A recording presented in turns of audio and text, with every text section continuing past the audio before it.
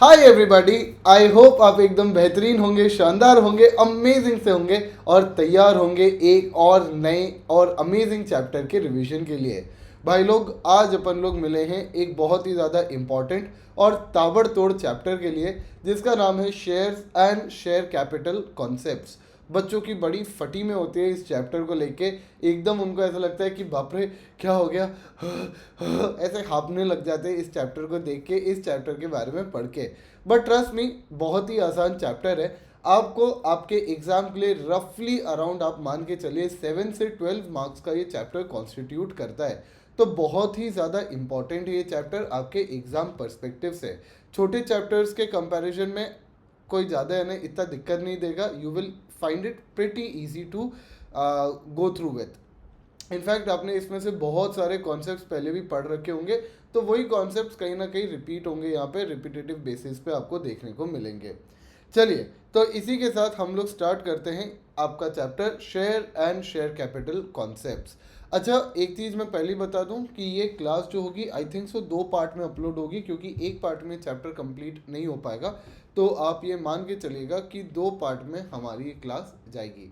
ठीक है, तो आपको दोनों पार्ट्स मिलेंगे यूट्यूब पे, प्लीज़ दोनों ही देखिएगा। बहुत बार ऐसा होता है कि आप लोग पार्ट 1 देख के छोड़ देते हो, पर प्लीज़ कोशिश कीजिएगा कि आप दोनों ही पार्ट को देखें और उसके बाद ही आप आगे बढ़ें। बहुत ही बढ़िया सर। इसी के साथ हम लोग आगे बढ़ते हैं। हमारे पास चैप्टर आता है सर यहाँ पे share and share capital.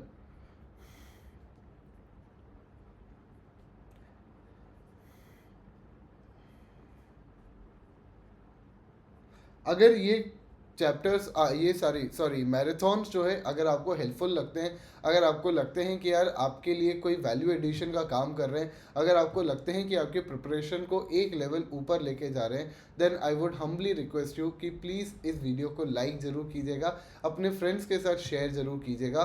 Please do make sure कि यार आप इसकी इंगेजमेंट को बढ़ाएं, आप और ज़्यादा वाइड स्प्रेड करें, ताकि और भी ज़्यादा लोगों के साथ ये अच्छी वीडियोस पहुंच सके।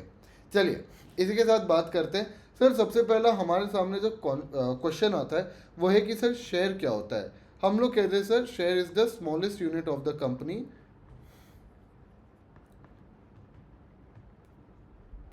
Smallest unit of the company that is tradable.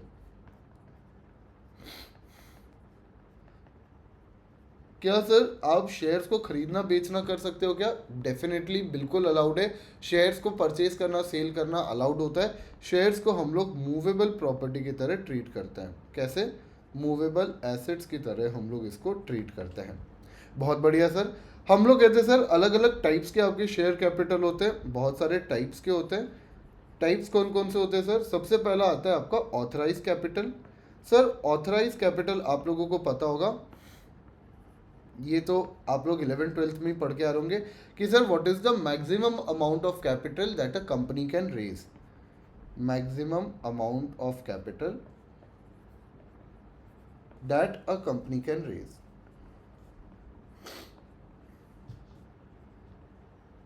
दूसरा आता है सर हमारा इशूड कैपिटल। इशूड कैपिटल क्या होता है सर? कि ये पूरे जो हमारा ऑथराइज है, मान लो हमारा ऑथराइज कैपिटल 500 करोड़ था। सर 500 का 500 एक बार में थोड़ी ना इशू कर देंगे, 500 का 500 एक बार में थोड़ी ना रेज कर लेंगे। तो ऐसे सिचुएशन में आपने कितना इशू किया है to public for subscription?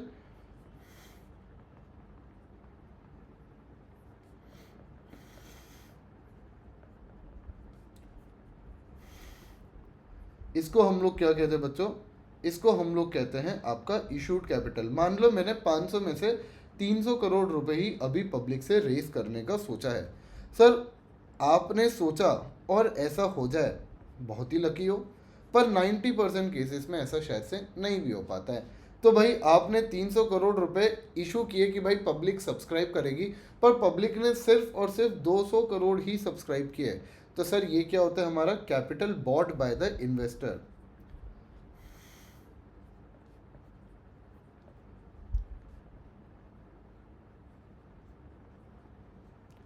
Sir अगला पॉइंट आता है हमारा कि चलो ठीक है 200 ही हुए तो कोई बात नहीं, अब इसको बुलवाना भी तो पड़ेगा, सब्सक्राइब तो हो गए, पर कॉल्ड अप क्या होता है? जितना आपने यहाँ पे कैपिटल पब्लिक से मंगवाया, मान लीजिए 200 में से आपने कहा 150 करोड़ रुपए अभी दे दो हमें, बाकी का जो 50 करोड़ रुपए हम लोग बाद में ले लेंगे।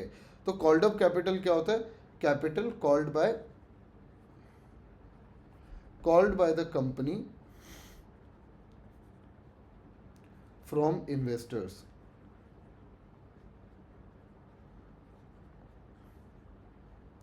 Out of subscribe capital.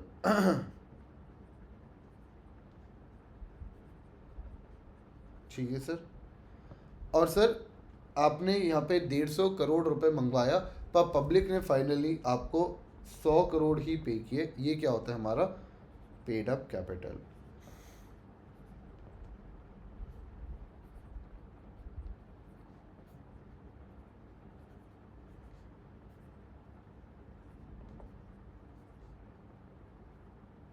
अच्छा याद रखना, भगवान की तुम्हारे ऊपर बहुत ज़्यादा कृपा होगी अगर एग्जामिनर कभी तुमसे ये डायरेक्ट क्वेश्चन पूछ ले कि भाई बताओ what are the types of share capital, है ना। इतने आसान क्वेश्चन आते नहीं हैं। अच्छा इसके अलावा हम लोग कहते हैं कि आपके जो शेयर्स होते हैं, अच्छा ये शेयर कैपिटल का टाइप था, हाँ प्लीज़ याद रखना, this is type of share capital.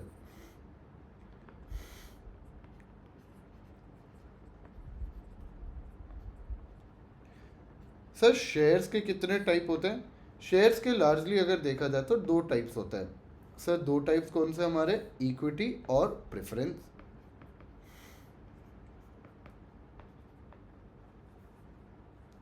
Sir equity हमारे 2 तरीके के होते हैं, equal voting right and differential voting right.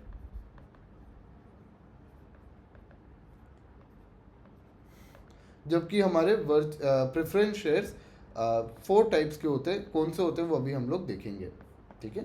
Sir equal voting right का मतलब क्या होता है? एक शेयर इक्वल्स टू 1 वोट। जबकि डिफरेंशियल वोटिंग राइट का मतलब क्या होता है? 1 शेयर इक्वल्स टू 2 और मोर वोट्स, ठीक है। या फिर डिफरेंशियल वोटिंग राइट का हम लोग बेसिक मतलब कहते हैं अगर आपके शेयर्स के साथ कोई एक्स्ट्रा बेनिफिट एडेड है जो कि अदरवाइज नॉर्मल शेयर होल्डर्स के पास नहीं है, या नॉर्मल इक्विटी शेयर होल्डर्स के पास नहीं है, इसको हम लोग क्या कहते हैं बच्चों? डिफरेंशियल वोटिंग राइट, ठीक है सर। सर प्रेफरेंस शेयर्स के टाइप क्या होते हैं? आओ इधर देखते हैं। हम लोग कहते हैं सर प्रेफरेंस शेयर्स के आपके 4 टाइप्स होते हैं। पहला आता है sir redeemable and irredeemable. Redeemable and irredeemable, sorry redeemable कौन से होंगे? सर रिडीमेबल शेयर्स वो रिडीमेबल प्रेफरेंस शेयर्स वो होते हैं जो after a period of time redeem हो जाते हैं, है ना। तो ये आपका रीपेमेंट इनका हो जाता है।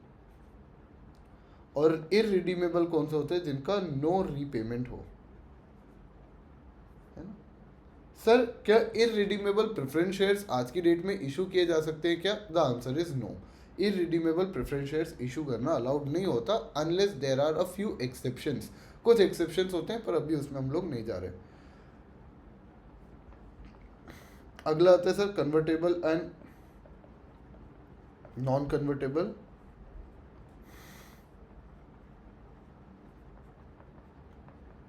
सर कन्वर्टेबल कौन से होते हैं? जो कि आपके प्रेफरेंस शेयर्स अगर इक्विटी शेयर्स में कन्वर्ट हो जाए तो। और नॉन कन्वर्टेबल का मतलब क्या होता है? प्रेफरेंस शेयर्स में ही रहेंगे, ठीक है sir. They are not convertible into equity shares. अगला आता है cumulative and non cumulative.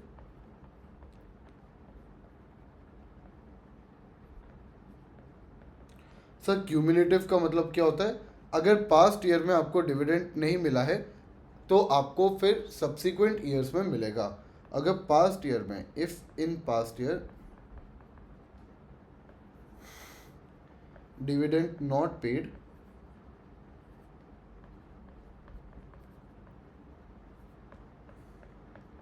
then will be paid in this year।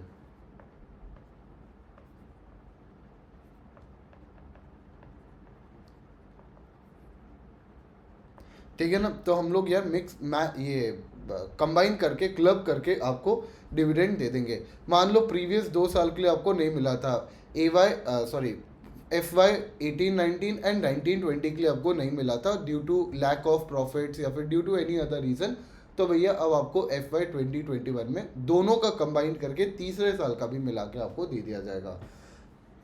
On the other hand non cumulative क्या होगा, अगर आपको भाई कोई भी तरीके का प्रीवियस ईयर का पेमेंट नहीं मिलने वाला,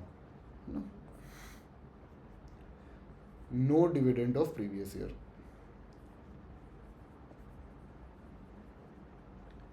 99% केसेस में आपके जो प्रेफरेंस शेयर्स इशू होते हैं वो नॉन क्यूमुलेटिव वाले ही होते हैं। भाई किसी कंपनी को नहीं चाहिए कि ज़्यादा एक्स्ट्रा पैसा देना पड़ जाए। और सर लास्ट कैटेगरी आती है हमारी participative and non participative.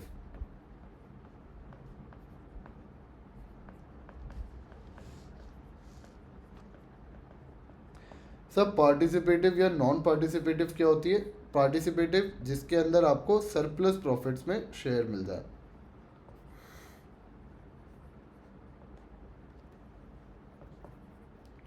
Surplus profit में आप पार्टिसिपेट कर सकते हो। भाई इक्विटी शेयर्स वालों को भी पे कर दिया, उसके बाद भी अगर आपके पास प्रॉफिट्स बच रहे हैं तो यहाँ पे आपके प्रेफरेंस शेयर्स वालों को दिया जा सकता है, that is participative and non participative. अगर कोई सरप्लस प्रॉफिट में आपको शेयर नहीं मिल रहा, no right to participate in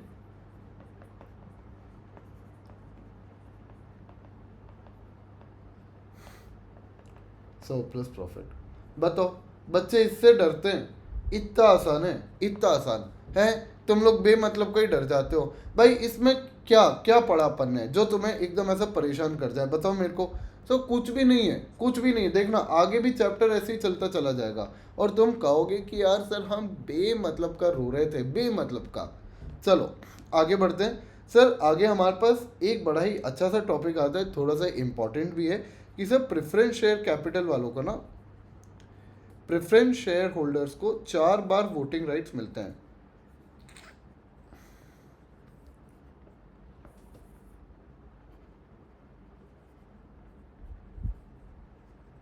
gate voting right in 4 cases. भाई 4 केसेस में इनको वोटिंग राइट मिलते हैं। सर कब कब मिलते हैं? पहला आता है कि अगर आपको 2 साल से डिविडेंड नहीं पे किया गया तो no dividend paid from past 2 years।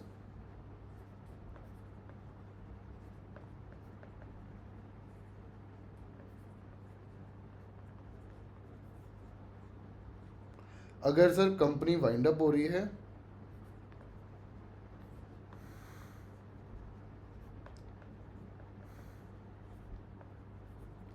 तीसरा आता है सर कि अगर आपके कोई भी rights are being affected,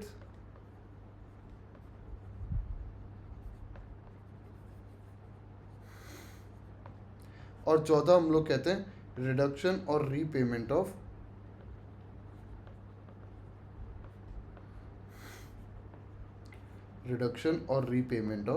preference shares. ठीक है ना? तो ये 4 केसेस में, क्योंकि सर यहाँ पे इन 4 केसेस में आपके शेयर होल्डर का, प्रेफरेंस शेयर होल्डर का एग्जैक्टली राइट ही वॉयलेट हो रहा होता है या फिर राइट में ही चेंजेस आ रहे होते हैं। तो ऐसे में इट बिकम्स इम्पॉर्टेंट कि यार हमें उनको एक बार वोटिंग का राइट तो देना ही पड़ेगा। हम उनके ऊपर फोर्सफुली कोई भी डिसीजन नहीं डाल सकते। ये चीज़ हमारे पास यहाँ पे आती है। ठीक है sir?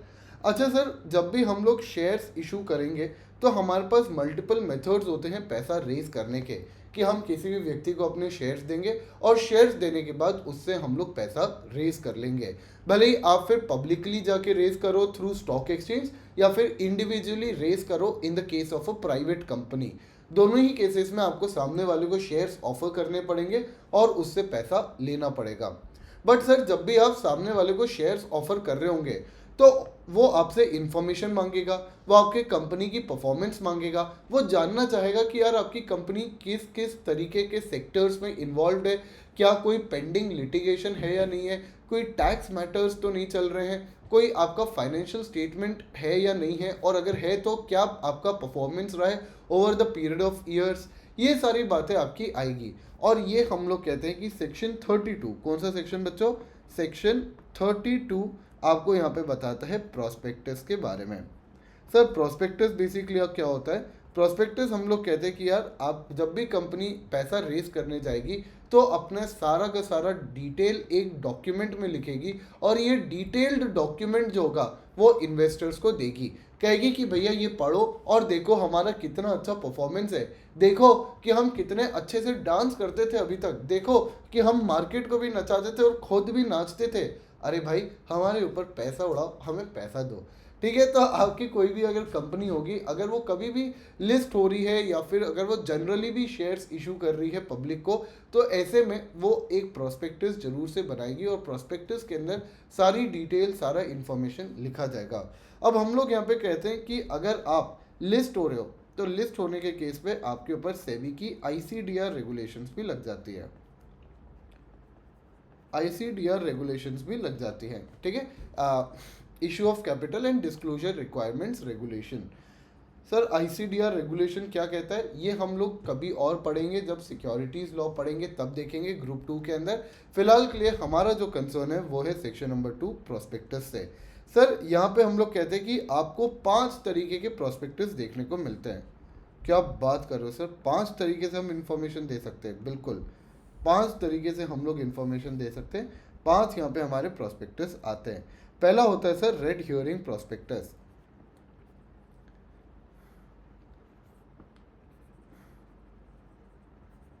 Sir red herring prospectus याद रखिएगा काफ़ी डिटेल्ड होता है, इसके अंदर सारी की सारी आपकी इंफॉर्मेशन होगी, all information apart from price of the shares.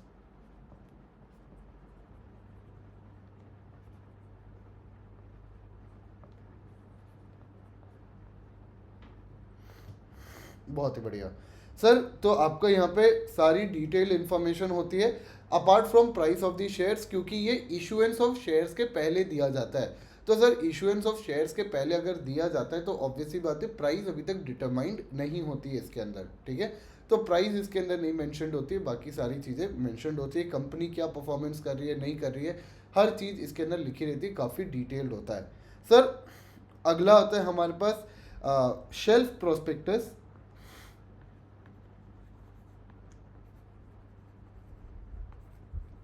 Shelf prospectus क्या कहता है, अगर कोई भी कंपनी है जो कि मल्टीपल टाइम्स अपने शेयर्स इशू करने वाली है, 1 साल के अंदर अंदर कंपनी है मल्टीपल टाइम शेयर्स इशू करने वाली है। भाई मान लो मैं कुछ शेयर्स अगस्त में कर रहा हूँ, कुछ सितंबर में कर रहा हूँ, कुछ नवंबर में कर रहा हूँ, तो ऐसे सिचुएशन में मल्टीपल टाइम्स होंगे तो क्या मैं बार बार रेड हियरिंग प्रोस्पेक्टस ही बनाता रहूँगा क्या? नहीं, यहाँ पे लॉ ने कह दिया एक बार बनाओ कोई दिक्कत नहीं है, सिंगल प्रोस्पेक्टस आपका यहाँ पे चलेगा। ठीक है,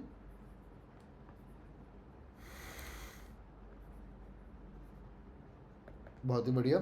सर अगला आता है अब्रिज्ड प्रोस्पेक्टस। सर अब्रिज प्रोस्पेक्टस क्या कहता है, यार आपका हर इन्वेस्टर पूरी हर डिटेल नहीं पढ़ सकता, ऐसा पॉसिबल नहीं है कि 400-500 पन्ने हर कोई इन्वेस्टर पढ़ ले। वो कहता है तू तो मेरे को शॉर्ट में बता, आजकल जैसे अपन चैट जीपीटी करते हैं ना कि ये चैप्टर की समरी बना के देख कि इसके अंदर क्या लिखा हुआ है, बस मेरे को पॉइंटर्स बता दे। तो सर अब्रिज प्रोस्पेक्टस भी उसी तरीके का होता है कि शॉर्ट आपका होता है 2 to 4 पेजेस का। ठीक है, तो इसके अंदर हम लोग समरी और सारी डिटेल्स डाल देते हैं। इसके अलावा हम लोग कहते हैं अगर आपका कोई भी डॉक्यूमेंट है which is described as a prospectus,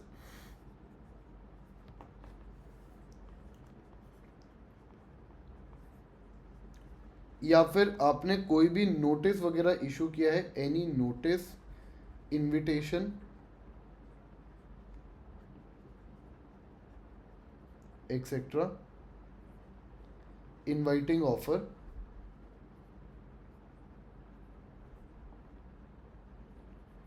दोनों ही केस में आपने एग्जैक्टली प्रोस्पेक्टस इशू नहीं किया है, नो एग्जैक्ट प्रोस्पेक्टस,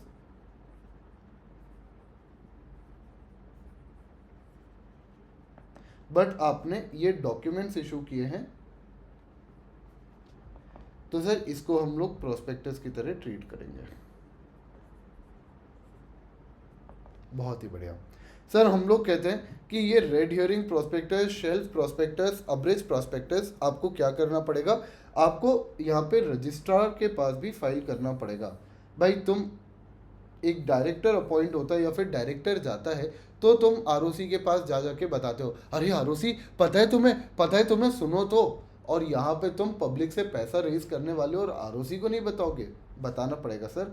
तो यहाँ पे आपको तीनों ही केसेस में रजिस्ट्रार को यहाँ पे बताना पड़ता है।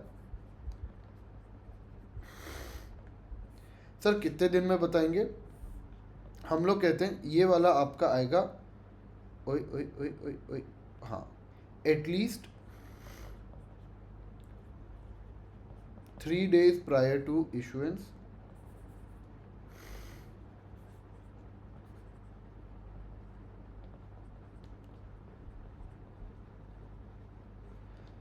ये आपका आएगा at least 1 month prior to subsequent issue।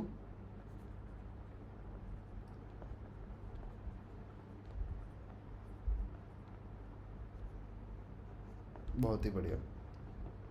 और ये जो अब्रेज प्रोस्पेक्टस होता है ये आपके शेल्फ प्रोस्पेक्टस और रेड हियरिंग प्रोस्पेक्टस के साथ यूजुअली लगाया ही जाता है। और तीसरी चीज़ हम लोग कहते हैं सर, एक बात और ध्यान रख लेना कि आप जितना भी आपका फॉर्म, आपका ये प्रोस्पेक्टस वगैरह दोगे, every prospectus should also have an application form.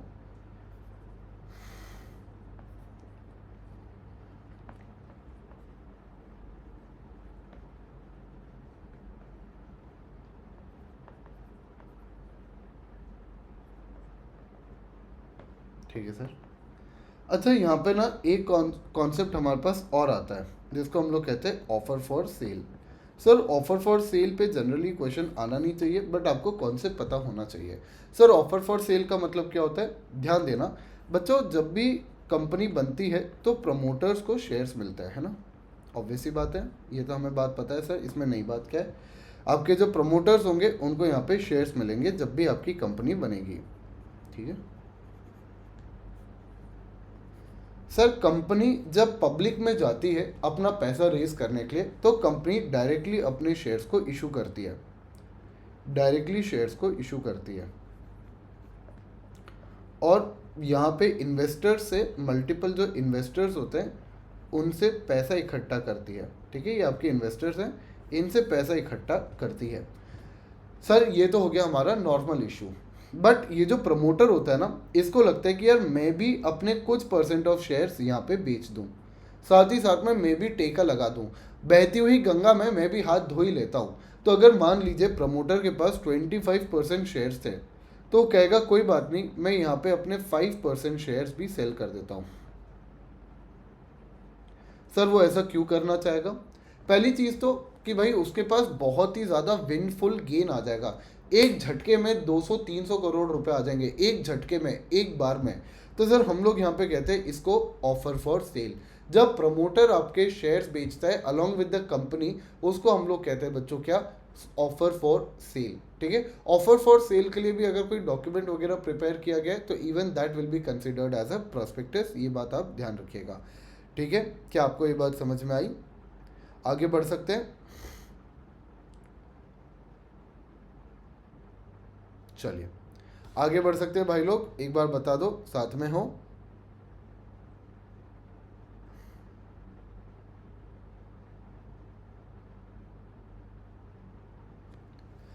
जल्दी से बता दो, जल्दी से बता दो, जल्दी से बता दो।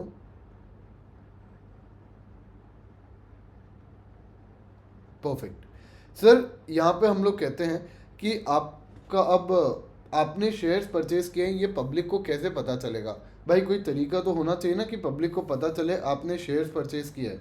इसके लिए हम लोग कहते हैं कि आप इशू कर देना something called as share certificate, ठीक है। तो शेयर सर्टिफिकेट आपका क्या होता है, nothing but a form to tell people कि यार हमारे पास इस कंपनी के इतने शेयर्स हैं या फिर ये हमारी ओनरशिप राइट्स हैं, ठीक है। तो ये आपकी बात आती है। यहाँ पे आपके कुछ बच्चों इंपॉर्टेंट टर्म्स आते हैं जो कि आपको पता होने चाहिए, जिसके बेसिस पे आपके जो शेयर्स वगैरह होते हैं वो चलते हैं, जिसके बेसिस पे आपका पूरा ये कहानी चलता है। सबसे पहला आता है सर अलॉटमेंट। अलॉटमेंट का मतलब क्या होता है, जब कंपनी इन्वेस्टर्स को शेयर्स देती है ये क्या होता है हमारा अलॉटमेंट। दूसरा होता है ट्रांसफ़र। ट्रांसफ़र का मतलब क्या होता है, जब एक इन्वेस्टर दूसरे इन्वेस्टर्स को अपने शेयर्स बेचता है, एक इन्वेस्टर ने दूसरे इन्वेस्टर्स को अगर शेयर बेचा तो इसको हम लोग क्या कहेंगे, ट्रांसफ़र। तीसरा होता है ट्रांसमिशन। जब ड्यू टू डेथ या फिर due to any other reason आपके ऑपरेशन ऑफ लॉ के कारण से इन्वेस्टर से लीगल हेयर के पास, इन्वेस्टर से लीगल हेयर के पास अगर शेयर चाहते हैं तो वो आपका कहलाता है ट्रांसमिशन। और अगला आता है ट्रांसपोजिशन। ट्रांसपोजिशन का मतलब होता है अगर आपके जॉइंट शेयर होल्डर्स हैं, ठीक है ना, अगर जॉइंट शेयर होल्डर्स हैं, मल्टीपल शेयर होल्डर्स हैं, इनका ऑर्डर ऑफ नेम, जो ऑर्डर ऑफ नेम है अगर उसको चेंज कर दिया गया, तो ऑर्डर ऑफ नेम को अगर चेंज कर दिया गया कि भाई ये हमारा पहले प्राइमरी था, अब इसको प्राइमरी से हटा के हम लोग इसको बना दे रहे हैं, ये हमारा कहलाता है क्या बच्चों, ये हमारा कहलाता है ट्रांसपोजिशन। क्या यहाँ तक अपन लोग सभी लोग साथ में हैं, एक बार बता दो। ये तो सिंपल होना चाहिए इन माय ओपिनियन, कोई ऐसी दिक्कत नहीं होनी चाहिए।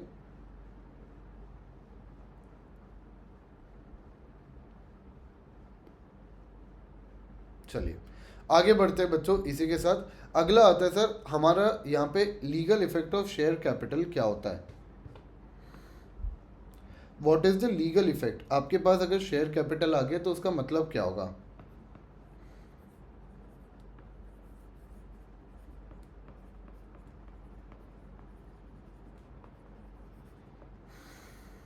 पहला हम लोग कहते हैं एस्टॉपल एज टू टाइटल,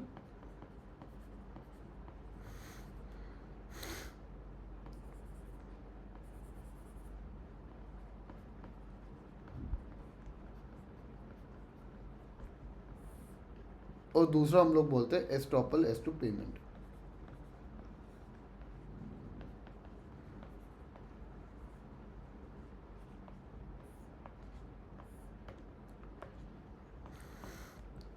अगर सर आपका नाम लिखा हुआ है शेयर कैपिटल पे, अगर आपका सॉरी ये शेयर कैपिटल नहीं शेयर सर्टिफिकेट होगा, ये गलती से कैपिटल लिख दिए, शेयर सर्टिफिकेट होगा। अगर आपके पास शेयर्स हैं तो you will be treated as a share holder, यानी आपके पास अगर शेयर कैपिटल है तो भले ही आपका कोई दूसरा अदरवाइज डॉक्यूमेंट हो या ना हो, अगर आपके पास शेयर कैपिटल है तो generally you will be considered as a share holder, generally will be treated as a share holder. ठीक है sir. Estoppel as to payment, sir it will be treated that the person has made complete payment.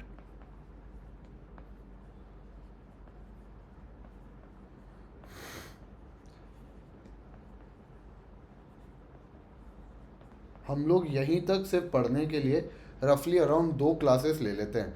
आज हमने यही topic around 30 minute में ख़त्म कर दिया, तो काफ़ी अच्छी बात है मेरे ख्याल से। तो चलिए हम लोग यहाँ पे आगे बात करते हैं बच्चों कि आपका अब मेन चैप्टर जो है हमारा यहाँ पे स्टार्ट होता है, जिसके अंदर हम लोग अब पढ़ने वाले बच्चों कि आपका issue and allotment of securities कैसे होता है। Part C of the chapter जो है कि भाई आपका इशूएंस ऑफ सिक्योरिटीज़ कैसा होता है, अलॉटमेंट कैसा होता है, अब हम लोग इसको डिटेल में देखने वाले हैं। आपका अटेंशन प्लीज़ यहाँ तक बना होना चाहिए। आई होप अभी तक कुछ टफ नहीं गया होगा, कोई ऐसा सच दिक्कत तो मेरे ख्याल से नहीं जानी चाहिए, बट ईजी ही चल रहा होगा ऐसा मैं मानता हूँ। चलिए सर यहाँ पे हम लोग कहते हैं कि आपका इशू या फिर अलॉटमेंट ऑफ सिक्योरिटी करने का मेन पर्पस क्या होता है। अगर मैं आपसे पूछूं कि यार क्यों करना है इशू ऑफ सिक्योरिटीज़, तो हम लोग कहेंगे सर इसका पर्पस बड़ा ही क्लियर है। पर्पस है बच्चों आपका क्या, न्यू वेंचर्स में जाना, या फिर सर आपको डाइवर्सिफिकेशन करना है,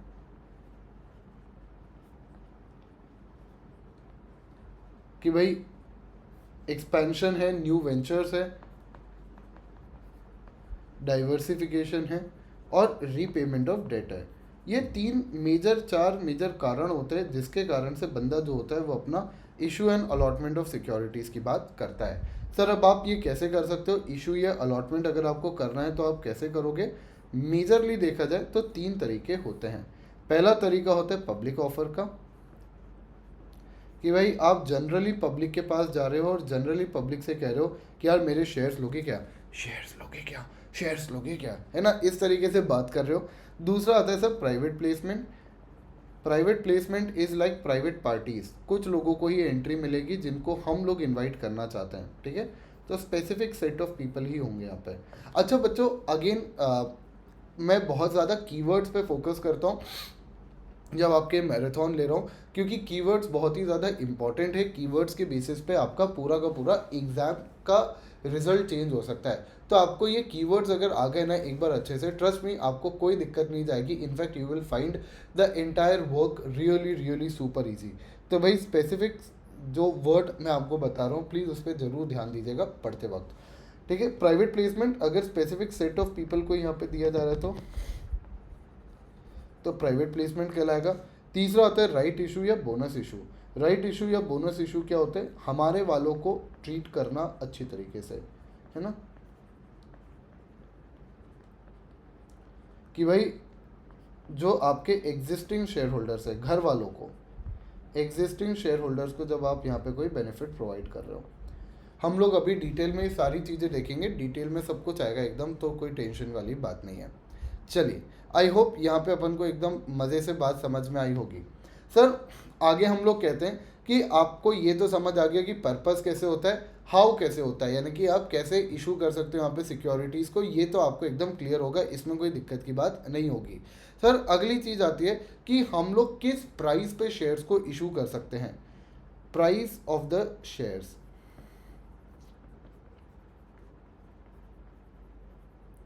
सर अगर देखा जाए तो आप तीन तरीके से प्राइसेस पे इशू कर सकते हो। पहला तो होता है सर फेस वैल्यू या फिर एट पार। मेरे फेस वैल्यू थी शेयर की कीमत की मान लीजिए 50 रुपये, और मैंने 50 रुपये पे ही इशू कर दिया। सर डिस्काउंट, 50 रुपये की कीमत थी, 50 भी कोई देने को तैयार नहीं था, तो आपका जो सेलिंग प्राइस है वो आपके फेस वैल्यू से भी अगर कम हो गया तो वो डिस्काउंट कहलाएगा। और तीसरा आता है बच्चों प्रीमियम। प्रीमियम का मतलब क्या होता है? औकात 50 रुपये की थी, सीधा मर्सिडीज दे दी, उसकी कीमत सीधा 500 रुपये या फिर 1500 रुपये कर दी, ठीक है। तो फेस वैल्यू 50 रुपये की थी पर हमने एक्स्ट्रा वैल्यू पे उसको सेल किया। तो ये हम लोग कहते हैं कि आपके तीन तरीके से होता है। सर डिस्काउंट यूजुअली अलाउड नहीं है इंडिया में, it is now prohibited, usually not allowed, but हाँ कुछ एक्सेप्शनल सर्कमस्टांसेस में हम अलाउ करते हैं।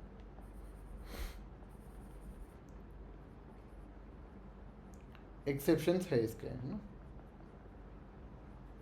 जैसे ईसॉप वगैरह बोल सकते हैं, स्वेट इक्विटी शेयर्स बोल सकते हैं, ये कुछ जनरल एक्सेप्शंस है जो कि डिस्काउंट के केस को अलाउ करते हैं, ठीक है सर। अच्छा सर, जब आप प्रीमियम पे शेयर्स को इशू करोगे तो आपके पास आएंगे दो प्राइस। पहला तो होगा फेस वैल्यू जो आपके शेयर की है, और दूसरा होगा आपका सिक्योरिटी प्रीमियम।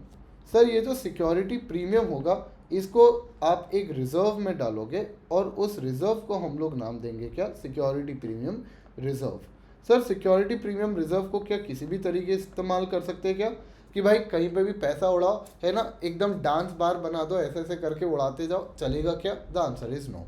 हम लोग कहते हैं कि sir security premium reserve section number 52 यहाँ पे आपको स्पेसिफिकली बता देता है कि आप कहाँ पे पैसा लगा सकते हो, ठीक है। सिर्फ वहीं वहीं पे आप इस पैसे को इस्तेमाल करोगे, दूसरी जगह करने की सोच मत लेना, नहीं तो आरओसी तुम्हें नंगा नचा देगा, ठीक है। तो हम लोग यहाँ पे कहते हैं कि आपको स्पेसिफिकली 5 जगहों पे ही यूज़ करना है। पहला तो होता है इशू ऑफ बोनस शेयर्स, कि भाई बोनस शेयर्स के लिए यहाँ पे यूज़ किया जा सकता है, इशुएंस ऑफ बोनस शेयर्स के लिए।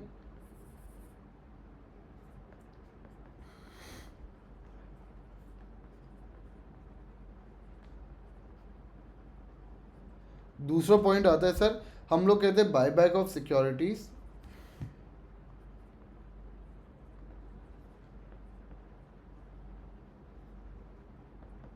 तीसरा पॉइंट आता है रिडेम्पशन ऑफ प्रेफरेंस शेयर्स या फिर डिबेंचर्स। चौथा पॉइंट आता है राइटिंग ऑफ प्रिलिमिनरी एक्सपेंसेस।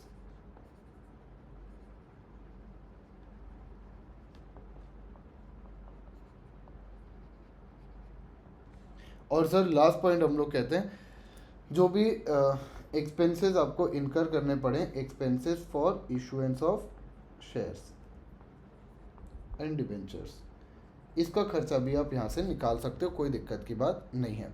या सर याद रखना, सिक्योरिटी प्रीमियम रिजर्व जब भी आप बनाओगे, सिक्योरिटी प्रीमियम रिजर्व अकाउंट जब भी आप बनाओगे, तो सर आपको ये सेपरेट अकाउंट में रखना है, ठीक है, और जनरल रिजर्व के साथ मिक्स नहीं करना है।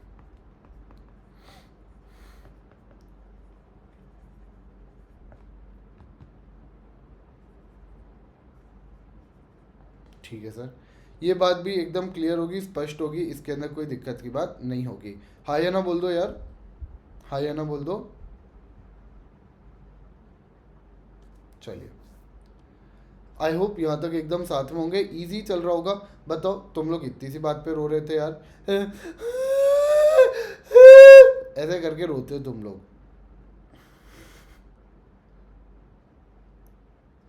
चलिए, एक बार रोके तो दिखाओ। तुम लोग यार रोके नहीं दिखाते आजकल। इतना अच्छा पढ़ाने लगा हूँ क्या मैं? पहले तो एकदम ऐसा भाई सुर में गाते थे। वो तुमने गाना सुना है, शर्मा की दुल्हन जो ब्याह के आई, संग टू सीटर सोफा ले आई, पड़ गयो नाम शर्माइन का सोफा, हाय रे शर्माइन का सोफा। बस उसी तरीके से रोते थे तुम लोग। चलो जी, आगे बढ़ते हैं। ना रे ना, मेरा बच्चा कभी ना रोए हैं। थू थू थू थू थू, उन लोगों को नज़र लगे बहुत तेज़ी से जो मेरे बच्चे को रुलाते हैं। चलो, क्या न्यूज़ आई? क्या आईसीएसआई मर्ज हो रही है? चलो, यहाँ आगे बढ़ते हैं। अलॉटमेंट ऑफ सिक्योरिटीज़ पे हम लोग बात करते हैं बच्चे। सर अलॉटमेंट ऑफ सिक्योरिटीज़ में ध्यान रखना, ये पहले सिस्टम चलता था, आज की डेट में तो इतना सिस्टम नहीं चलता। पहले क्या होता था कि जब भी आपके शेयर्स की बात होती तो पहले आपका एक शेयर एप्लीकेशन आप भरते थे। आप लोगों को पता होगा, आपने अकाउंटिंग की होगी। शेयर एप्लीकेशन भरते थे, फिर आपका एक अलॉटमेंट का पैसा जाता था, फिर आपका फर्स्ट कॉल आता था, फिर आपका सेकंड कॉल आता था। तो इस तरीके से आपका पूरा का पूरा पेमेंट का तरीका चलता था। आज की डेट में तो वो पूरा आपसे अपफ्रंट ही मांग लेते हैं। जनरली अगर देखा जाए तो अपफ्रंट ही मांग लिया जाता है आईपीओ के केस में। हाँ, जब आपकी प्राइवेट कंपनी है या फिर अगर पब्लिक कंपनी है विच इज़ नॉट लिस्टेड, उसके केस में आज भी कई बार ऐसा होता है कि भाई 3-4 बेसिस पे 3-4 तरीक़ों से आपका या फिर 3-4 इंस्टॉलमेंट्स में पैसा मांगा जाता है। जैसे मान लीजिए एक इन्वेस्टर है, वो 40 करोड़ रुपए इन्वेस्ट करना चाह रहा है in a private company. Sir 40 crore रुपए वो एक बार में नहीं दे देगा कि ये लो 40 करोड़ रुपए ऐश करो, नहीं सर, वो धीरे धीरे करके देगा। पहले वो 15 करोड़ देगा, फिर 10 करोड़ देगा, फिर रिमेनिंग जो आपका पैसा बचता है वो देगा। तो इस तरीके से आपका पूरा का पूरा अलॉटमेंट का गेम चलता है। तो हम लोग कहते हैं सर, जब भी आप शेयर्स के अलॉटमेंट की बात कर रहे हो तो यार आपको मिनिमम एप्लीकेशन अमाउंट रिसीव होना चाहिए, ठीक है ना। सबसे पहली बात तो क्या है, minimum application amount should be received.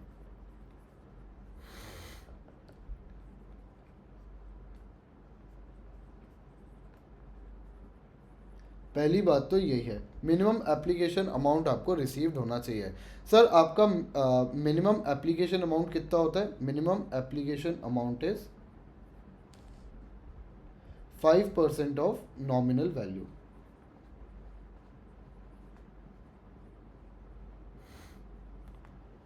ठीक है सर, आगे हम लोग कहते हैं सर, जब भी आपका अलॉटमेंट होगा सिक्योरिटीज़ का, तो यार 30 दिन के अंदर अंदर आप किसको इन्फॉर्म करोगे? 30 डेज़ के अंदर अंदर आप 30 डेज़ के अंदर आप आपकी जो फॉर्मेलिटी है वो रिटर्न ऑफ अलॉटमेंट बना के फाइल करोगे। सर रिटर्न ऑफ अलॉटमेंट में क्या आएगा? आपका इंफॉर्मेशन अबाउट अलॉटीज, कि भाई किसको शेयर्स अलॉट किए गए हैं।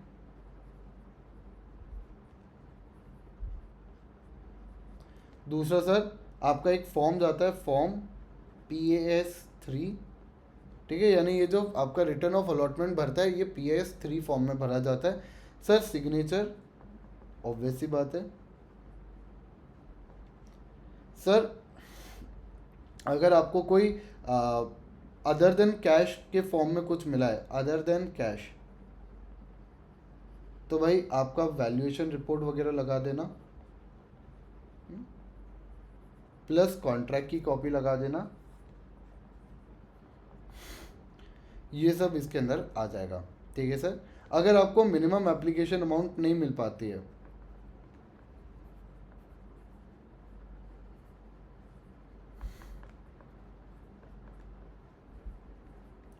तो पैसा रिफंड करना। कितने दिन में करोगे? विद इन 15 डेज, अदरवाइज 15% पे इंटरेस्ट पे करो।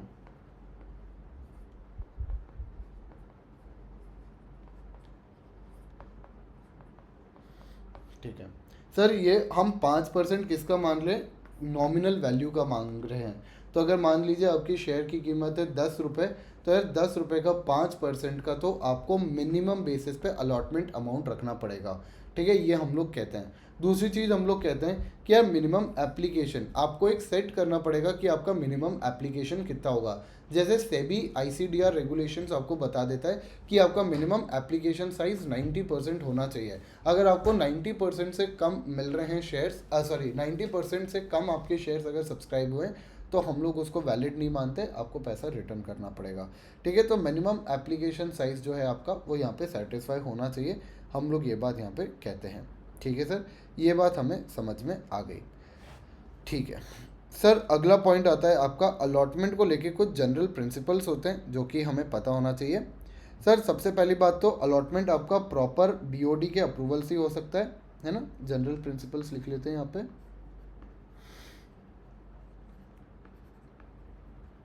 Again not very relevant for exam, पर आपको पता होना चाहिए। सर जनरल प्रिंसिपल पहला पॉइंट क्या कह रहा है कि यार आपका प्रॉपर अथॉरिटी से होना चाहिए, प्रॉपर अथॉरिटी ऑफ BOD।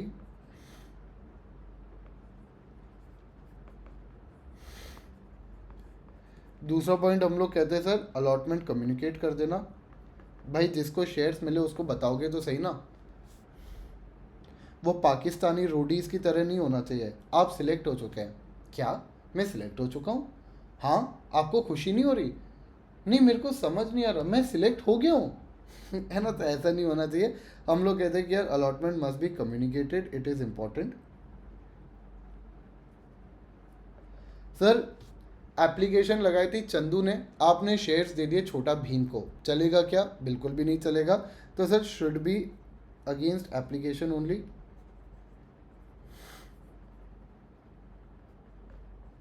जिन्होंने एप्लीकेशन लगाई है सिर्फ उनको ही शेयर्स देना।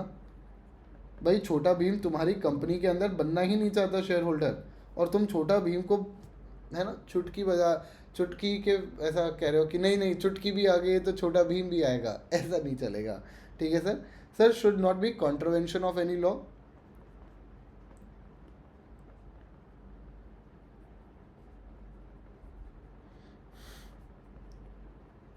और अगला पॉइंट हम लोग कहते हैं कि यार with in reasonable period of time, जो कि है आपका 2 महीने का।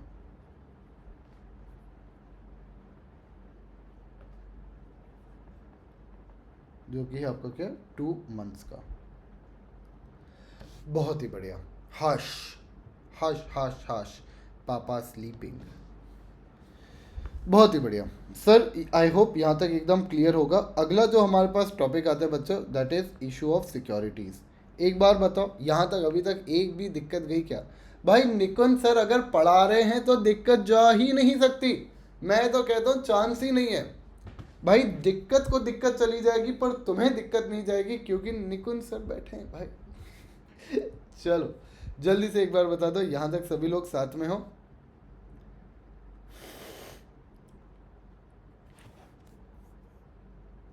पायल कह रही है हम तो आपके साथ ही हैं सर, कदम से कदम मिला के। क्या बात है, बहुत ही बढ़िया। बाकी चलो जी, यार जितने भी हमारे यूट्यूब वाले क्यूटी पाइज हैं भाई लोग, अगर तुम्हें लेक्चर अच्छा लगता है, हम्बल रिक्वेस्ट है, please like share comment subscribe कर देना, है ना। आई लव यू लिख देना ताकि हमें एकदम मोटिवेशन मिल जाए। बाकी तो तुम लोग हो ही अच्छे बच्चे, ऐसा मैं मान के चलता हूँ। ठीक है, नहीं हो तो क्या ही बोल सकते हैं अभी तो। ठीक है, तुम्हारा ये एजेंडा होना चाहिए, लाइफ का तुम्हारा एम होना चाहिए कि भाई तुम इस वीडियो को एकदम on the top of the charts लेके चले जाओ। ठीक है, चलो जी, ठीक है। चलिए सर, हम लोग कहते हैं इशू ऑफ सिक्योरिटीज़। अब यार हम लोग कहते हैं हम लोग क्या कह रहा हूँ मैं बार बार। सर यहाँ पे आपके इशू ऑफ सिक्योरिटीज़ अलग अलग तरीके से हो सकते हैं। अच्छा, जैसे हम लोग कहते हैं कि यार प्यार, है ना, तुम लोगों का सबसे फेवरेट टॉपिक है आज की डेट में प्यार। सर प्यार अलग अलग तरीके से हो सकता है। कोई बंदा प्यार में कबीर सिंह बनेगा तो कोई प्यार में सिर्फ कबीर बन जाएगा, है ना। कबीर आप जानते होंगे, कबीर के दोहे बहुत ही ज़्यादा फेमस है। सर तो कबीर सक्षम कह रहा है नो प्यार। देखो, कोई होगा जो बिना प्यार के ही प्यार में पागल होगा, है ना, ये होता है सिंगल प्यार। तो हम लोग कहते हैं ऐसे अलग अलग तरीके के आपके प्यार होते हैं, उसी तरीके से सिक्योरिटीज़ इशू करने के भी अलग अलग तरीके होते हैं। ज़रूरी नहीं है कि एक ही तरीके से आपके सारे शेयर्स इशू हो जाए। सर अब जो हम लोग पढ़ने वाले हैं वो इन्हीं अलग अलग तरीकों को पढ़ने वाले हैं। जैसे हमारे पास राइट इशू आएगा, प्राइवेट प्लेसमेंट आएगा, आपका इनिशियल पब्लिक ऑफर आएगा, उसके बाद आपका एम्प्लॉय स्टॉक ऑप्शन प्लान आएगा, स्वेट इक्विटी शेयर्स आएंगे। ये सारे हम लोग इसके अंदर पढ़ेंगे और इसके अंदर हम लोग देखेंगे। तो आ जाओ, बिना समय को गवाए हम लोग यहाँ पे शुरू करते हैं। सर सबसे पहला जो टॉपिक हमारे पास यहाँ पे आता है पढ़ने के लिए, जो कि सबसे इंटरेस्टिंग है और मज़ेदार है एकदम, ओए होए एकदम, सर वो होता है हमारा private placement. Sir private placement क्या होता है, आपने बताया था। प्राइवेट प्लेसमेंट होता है जब आप स्पेसिफिक लोगों को ही शेयर देते हो, आप जनरल पब्लिक के पास जाके ढिंडोरा नहीं पीट रहे होते हो, ऐसा नहीं कर रहे होते हो। जो भी मेरे को पैसा देना चाहता हो पैसा दे दो, जो भी पैसा देना चाहता हो पैसा दे दो, जो भी पैसा नहीं भाई, यहाँ पे हम लोग नॉर्मली बात करते हैं और हम लोग कुछ स्पेसिफिक लोगों के पास ही जाते हैं। ठीक है, तो सर यहाँ पे हमारे पास पहला पॉइंट क्या आएगा आपका, प्राइवेट प्लेसमेंट ऑफ सिक्योरिटीज़।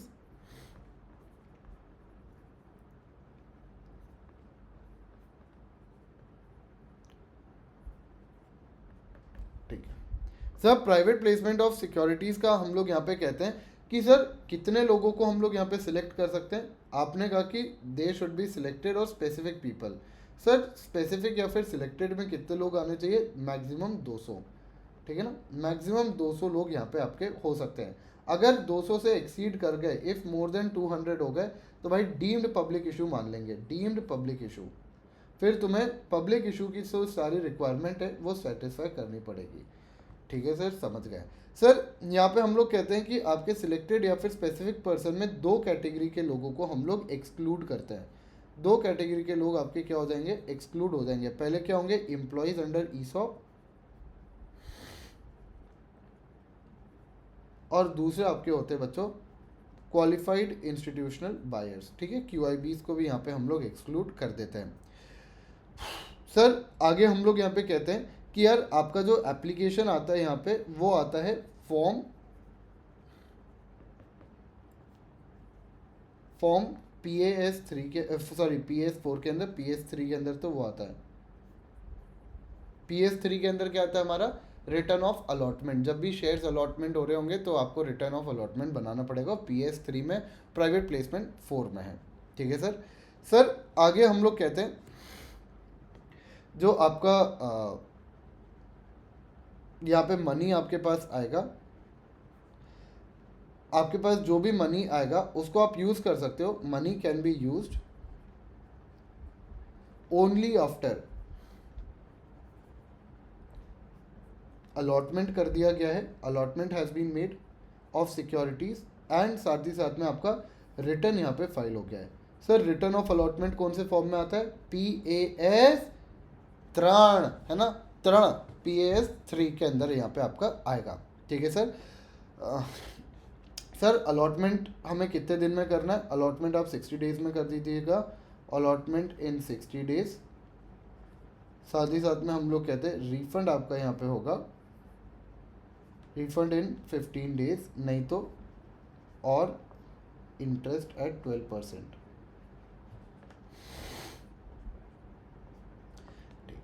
और जब भी आप ये सिक्योरिटीज़ इशू कर रहे होंगे तो स्पेशल रेजोल्यूशन पास कर लेना। वैसे स्पेशल रेजोल्यूशन तो क्यों ही कहते हैं, क्योंकि जनरल मीटिंग में भी इसका अप्रूवल तो चाहिए ही होता है। एनीवे ये यहाँ पे पॉइंट हमारा आता है। एक बार देख ले कोई और पॉइंट हमारा रिमेनिंग तो नहीं बच रहा है इसके अंदर।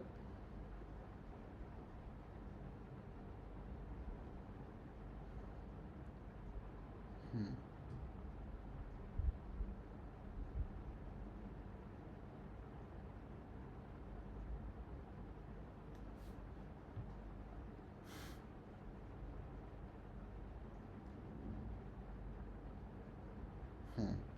आई थिंक सो ये हमने लिख लिया है ना। हाँ सर, अच्छा इसके अंदर एक चीज़ और ध्यान रखना कि आप कोई भी तरीके का एडवर्टीजमेंट नहीं कर सकते। एडवर्टीजमेंट आपको अलाउड नहीं होता है, ठीक है, एडवर्टीजमेंट नॉट अलाउड। आपको रिकॉर्ड मेंटेन करके चलना पड़ेगा। ऑब्वियस सी बात है सर, शेयर्स इशू कर रहे हो तो रिकॉर्ड मेंटेन तो करोगे ही। ये कैसी बात हुई सर, है ना। और इसका जो पैसा है आप सेपरेट बैंक अकाउंट में रखोगे जब तक अलॉटमेंट वगैरह नहीं हो जाता।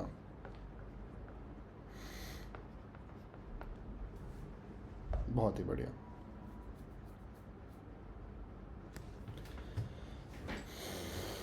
बहुत ही बढ़िया। आई होप यहाँ तक एकदम बढ़िया तरीके से समझ आ गया होगा, इसमें कोई दिक्कत नहीं होगी।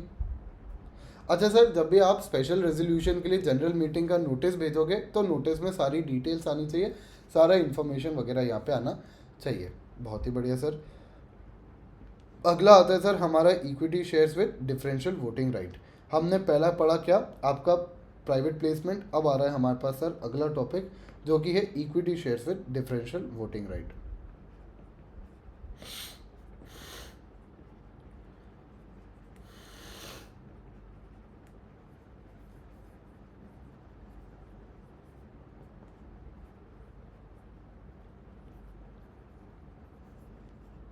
यहाँ पे हमारा सेक्शन नंबर 43 बताता है। 42 आपका बात कर रहा था इसके बारे में, प्राइवेट प्लेसमेंट के लिए। और 42 ही है ना section number, I think so 42 ही है, क्योंकि ये सीक्वेंस में ही तो हैं सारे के सारे। एक सेकेंड, सेक्शन नंबर देख लूँ बस। हाँ, सेक्शन नंबर 42 ही है। तो ये सेक्शन नंबर 42 कहाँ गया भाई, ओए 42, और यहाँ पे आता है हमारा 43। ठीक है, अगर याद हो जाए तो बहुत ही अच्छी बात है। सेक्शन नंबर नहीं होता है तो इतना कोई लोड लेने की ज़रूरत नहीं है। ठीक है सर, आगे हम लोग बात करते हैं sir equity shares with differential voting right की।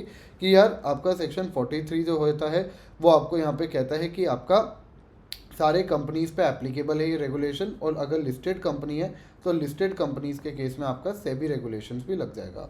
ऑब्वियस सी बात है, इसमें तो क्या ही बड़ी बात है, ऑन लिस्टेड कंपनीज। ठीक है सर। सर जब भी आपको डिफरेंशियल वोटिंग राइट वाले शेयर्स इशू करने हैं तो सबसे पहले आपको ध्यान देना है कि यार your AOA should authorise it, AOA should authorise it.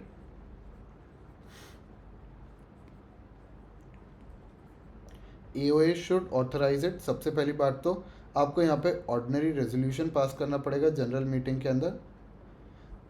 अच्छा, रेजोल्यूशन पास करने से पहले ऑब्वियसली बात है आप बोर्ड मीटिंग भी कंडक्ट कराओगे ही कराओगे, है ना।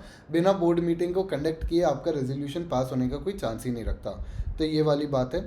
आगे हम लोग कहते हैं सर आपका जो डिफरेंशियल वोटिंग राइट है, डिफरेंशियल वोटिंग राइट भले ही एग्जिस्टिंग प्लस जो आप अभी इशू करना चाह रहे हो, existing plus proposed, that should not exceed,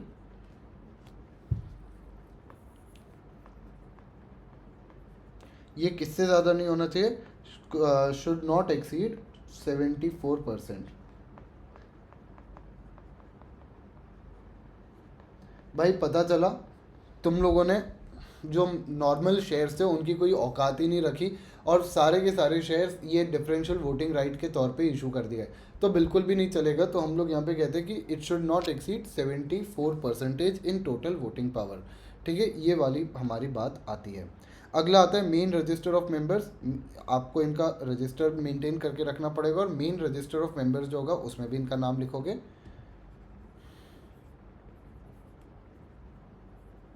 ठीक है सर। और sir they are entitled to all the rights, जो एक नॉर्मल शेयर होल्डर्स को मिलेंगे वो इनको यहाँ पे मिलेंगे। सर क्या कोई भी कंपनी यहाँ पे हमारा ये शेयर्स इशू कर सकती है क्या डिफरेंशियल वोटिंग राइट के लिए? The answer is no. हम लोग कहते हैं कि आपने कोई डिफ़ॉल्ट नहीं किया होना चाहिए। No default. सर कैसा डिफ़ॉल्ट नहीं किया होना चाहिए? अच्छा ये भी ध्यान रखना, जो ये आपके डिफरेंशियल वोटिंग राइट्स वाले होते हैं ना, ये यूजुअली प्राइवेट कंपनीज बहुत यूज़ करती हैं। प्राइवेट कंपनीज के अंदर ये बड़ा अलाउड होता है, यानी बहुत ज़्यादा कॉन्स्टेंटली यूज़ किया जाता है। द रीज़न बीइंग कि यार प्राइवेट कंपनीज के अंदर जो आपके शेयर होल्डर्स होते हैं वो सोचते हैं कि यार हमारे पास राइट्स रहें ताकि किसी और को ज़्यादा वोटिंग पावर यहाँ पे ना मिले। तो प्राइवेट कंपनीज में बहुत ज़्यादा होता है। आपको ये चीज़ याद रखना है कि अगर आपने कोई भी डिफ़ॉल्ट किया है इन फाइलिंग फाइनेंशियल स्टेटमेंट, तुमसे फाइनेंशियल स्टेटमेंट तो फाइल हुई नहीं, डिफरेंशियल वोटिंग राइट इशू करने चले गए, है ना? In filing financial statement in last 3 years, in payment of dividend, dividend तुमने अनाउंस किया था, पे किया नहीं। और तीसरा पॉइंट आता है इन रिडेम्पशन ऑफ सिक्योरिटीज या फिर डिबेंचर्स।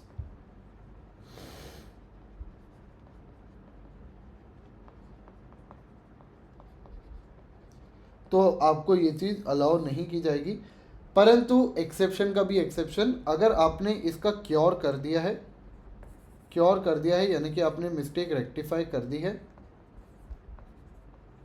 और 5 साल गुजर चुके हैं,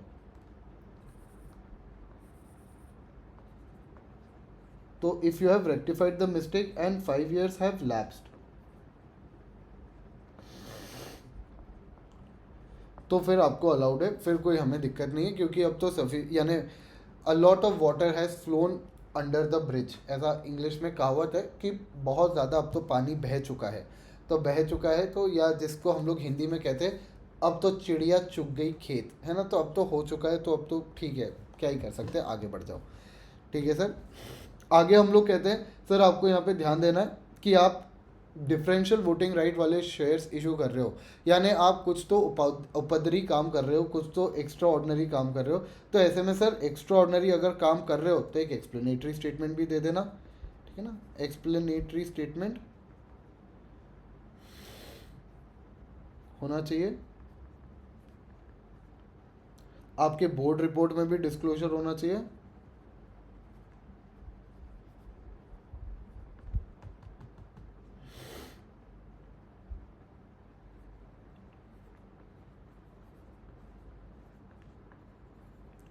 साथ ही साथ में हम लोग कहते हैं कि कोई लास्ट 3 year से एक्शन नहीं लिया होना चाहिए, कोई भी पीनल एक्शन नहीं होना चाहिए against the company.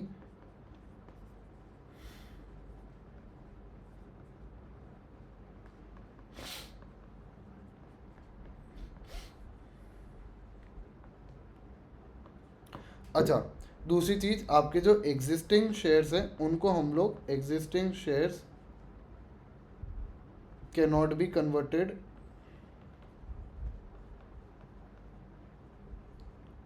Into differential voting right shares and vice versa, है ना? यानी आप ऐसा एग्जिस्टिंग को डिफरेंशियल में कर दिया, डिफरेंशियल को एग्जिस्टिंग में कर दिया, ये सब नहीं चलेगा।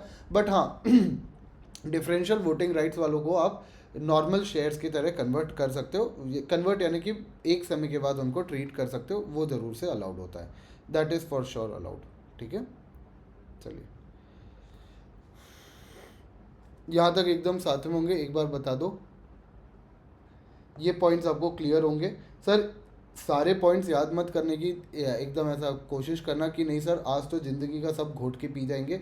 मैं आपको सारे पॉइंट्स बता रहा हूँ, बट आपको इंपॉर्टेंट पॉइंट्स जो हैं वही याद करने, ज़्यादा अननेसेसरी का स्ट्रेस मत लेने बैठ जाना कि नहीं सर आज तो सब कुछ एकदम ऐसा यानी करके ही जाएंगे, है ना, निपटारा ही करके जाएंगे। कोई ज़रूरत नहीं है, आप आराम से करें, वो ज़्यादा इंपॉर्टेंट है। चलिए सर, अगला पॉइंट आता है हमारा issue and redemption of preference shares. Issue and redemption of preference shares मेरे हिसाब से इंपॉर्टेंट टॉपिक है, अगर मैं एग्जामिनर होता तो मैं इस पर क्वेश्चन जरूर बनाता। ठीक है, क्योंकि ये आपका प्रेफरेंस शेयर्स बहुत ही कम जगह आता है, पर जहाँ पे भी आता है धूम धड़ाका करके जाता है। तो issue and redemption of preference shares हमारे लिए इस कॉन्टेक्स्ट में थोड़ा सा इंपॉर्टेंट हो जाता है। सर पहली बात तो आपको ध्यान रखना है, जो आपके प्रेफरेंस शेयर्स होंगे वो हमेशा रिडीमेबल होते हैं, ऑलवेज रिडीमेबल, है ना, just like me always available. तो रिडीमेबल होते हैं और सर इनका मैक्सिमम पीरियड क्या होता है, 20 ईयर्स का होता है, ठीक है ना। तो 20 साल के अंदर अंदर तो आपको इनको रिडीम करना ही पड़ेगा। रिडेम्पशन का बेसिक मतलब क्या होता है कि जो हमने तुमसे कैपिटल का पैसा रेज किया था ना, वो हम कैपिटल भी रिटर्न कर देंगे। ये होता है आपका क्या, redemption. Sir again preference shares अगर इशू करने जा रहे हो और अगर तुम्हारा एओए ही अलाउ नहीं करता तो बात ही क्या है ना। तो चेक ऑथराइजेशन इन एओए, ये कुछ ऐसे पॉइंट्स है जो तो तुम याद कर लोगे ना तो तुम्हारी एकदम कहानी बन जाएगी। तुम बस 4-5 पॉइंट्स कॉमन वाले याद रख लो भाई, मज़े ही मज़े, ठीक है। तो अलॉटमेंट, ये सॉरी, एओए चेक करोगे, एओए ऑथराइजेशन होना चाहिए। प्रेफरेंस शेयर्स इशू करने के लिए आपको याद रखिएगा बच्चों, स्पेशल रेजोल्यूशन लगता है, ठीक है। सर जो आपका डिफरेंशियल वोटिंग राइट था, सिर्फ उसके केस में आपको ऑर्डिनरी रेजोल्यूशन देखने को मिलता है, बाकी ऑलमोस्ट सारे केसेस में आपके स्पेशल रेजोल्यूशन ही फाइल होते हैं, ठीक है। और सर स्पेशल रेजोल्यूशन किस में पास होता है, आपका जनरल मीटिंग में पास होता है, ठीक है, ये बात याद रखना, ठीक है सर।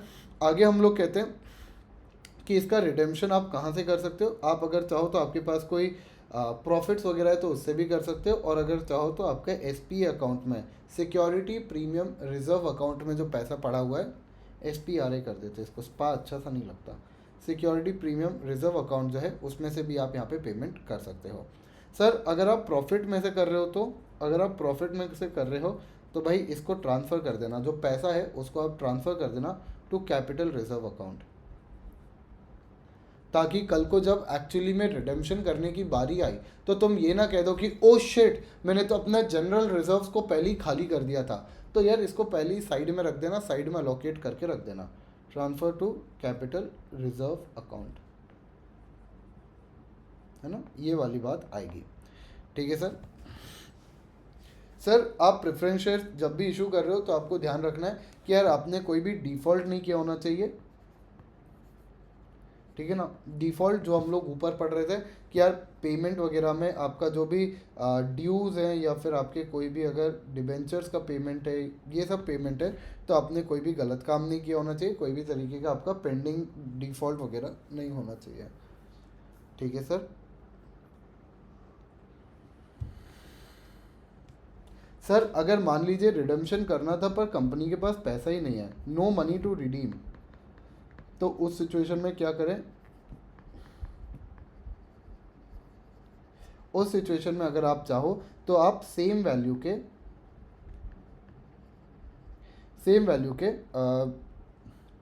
दूसरे प्रेफरेंस शेयर्स इशू कर सकते हो।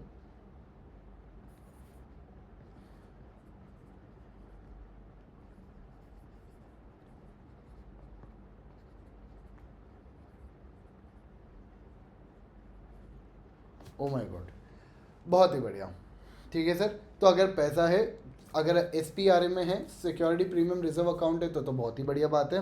सर अगर प्रॉफिट में से कर रहे हो तो अपने कैपिटल रिजर्व में ट्रांसफ़र कर देना पैसे को, ताकि उसको यूज़ किया जा सके और आप भूल ना जाओ कि भाई आपको इस पैसे को इस्तेमाल करना है फॉर रिडेम्पशन पर्पसेस। और अगला पॉइंट हम लोग कहते हैं अगर आपके पास कोई पैसा नहीं है रिडीम करने का, तो ऐसे में आप प्रेफरेंस शेयर्स दूसरे तरीके के भी इशू कर सकते हो ऑफ सेम वैल्यू, ठीक है, ये आपको बिल्कुल अलाउड होता है, इसमें कोई दिक्कत की बात नहीं है। सर अगर आप चाहो तो रिडेम्पशन करते वक्त आप प्रीमियम पे भी रिडीम कर सकते हो। कई बार ऐसे सिक्योरिटीज़ सॉरी आपके प्रेफरेंस शेयर्स होते हैं जिनको मान लीजिए कंपनी ने इशू किया होता है 100 रुपये पे, पर उसको रिडीम कर रही होती है company at the price of 120, for example, तो 20 रुपीज़ का प्रीमियम दे रही होती है। सर ये प्रीमियम क्यों दे रही होती है, क्योंकि अमाउंट ऑफ डिविडेंड कम होता है इस पर, तो डिविडेंड या तो कम है या तो नेग्लिजिबल है। ऐसे सिचुएशन में कंपनी आपको इंसेंटिवाइज कैसे करेगी, कंपनी कहेगी कि यार लास्ट में हम आपको जब रिडीम करेंगे तो 120 रुपये दे देंगे, सीधा 20 रुपये का पर प्रेफरेंस शेयर्स पे आपको बेनिफिट हो जाएगा। तो यहाँ पे हम लोग कहते हैं कि रिडेम्पशन आपका प्रीमियम पे अलाउड होता है।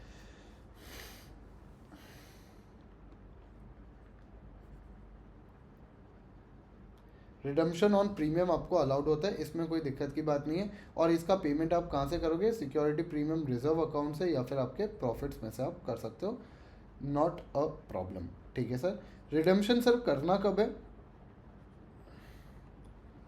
सर या तो आपका टाइम आ चुका है, ठीक है ना, जो आपका टाइम पीरियड था वो लैप्स हो गया, ख़त्म हो गया, तो अब रिडीम करो। ऑब्वियसली बात है, कोई इवेंट हो जाता है, एनी इवेंट, जो आपने कोई स्पेशल इवेंट अगर मान लीजिए लिख रखा था कि अगर ये कोई पर्टिकुलर इवेंट हो गया, कोई पर्टिकुलर सिनेरियो हो गया, तो हम लोग रिडीम कर देंगे, तो उस समय भी आप रिडीम करोगे।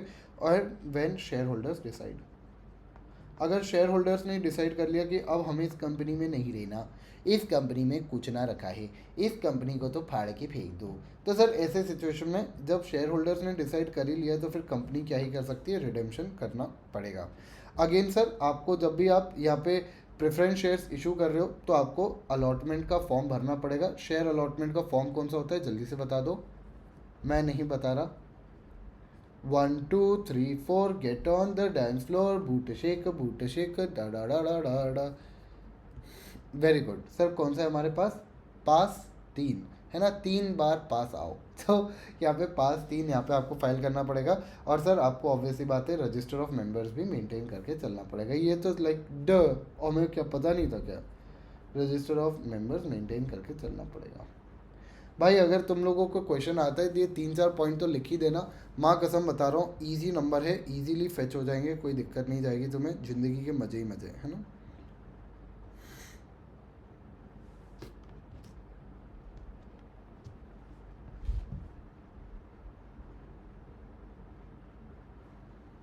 चलिए सर, अगर प्रेफरेंस शेयर्स हमें इशू करना है तो इसका प्रोसेस क्या होगा।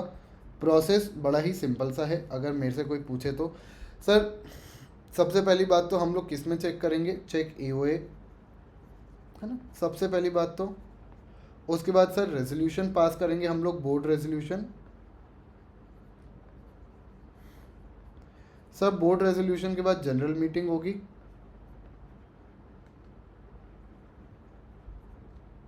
सर जनरल मीटिंग में आपका स्पेशल रेजोल्यूशन पास होगा। स्पेशल रेजोल्यूशन कम, थाली ज़्यादा हो गया है, हर चीज़ में जाता है, ठीक है। तो भाई आपका यहाँ पे स्पेशल रेजोल्यूशन पास होगा। उसके बाद सर स्पेशल रेजोल्यूशन लेके बैठ जाओगे या आरओसी को फाइल करोगे, ऑब्वियसली बात है। फॉर्म कौन सा है, MGT 14, है ना। कितने दिन में, विद इन 30 डेज। उसके बाद अलॉटमेंट करोगे। अलॉटमेंट का जो फॉर्म है PAS 3, अगेन ये फाइल करोगे किसके पास सर, आरओसी के पास। कितने दिन में सर, 30 डेज के अंदर। उसके बाद सर रजिस्टर मेंटेन कर लेना।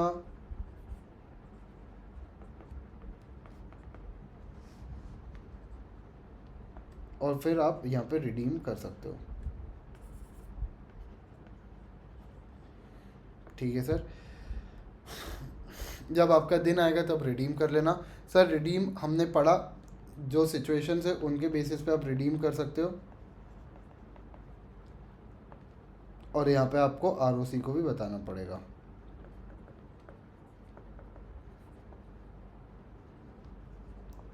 सर कितने दिन में बताओगे, 30 दिन में बताओगे सर,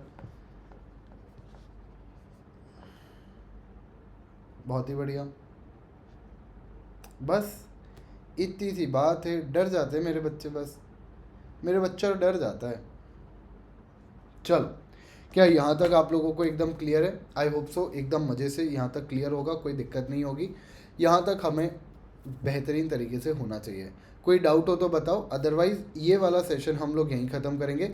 नेक्स्ट सेशन में, नेक्स्ट पार्ट में हम लोग इस चैप्टर को ख़त्म कर देंगे, ठीक है। 3 घंटे का रफली मैं ये मान के चल रहा हूँ कि लेक्चर होगा, 3 घंटे के अंदर अंदर ये पूरा ख़त्म हो जाएगा चैप्टर। बहुत सारे फैकल्टीज़ हैं, 6-6 7-7 घंटे का क्लास ले लेते हैं, तो हम भी अपने नॉर्मल क्लास में इसको आई थिंक सो 10 से 12 क्लास में कंप्लीट करते हैं इस चैप्टर को।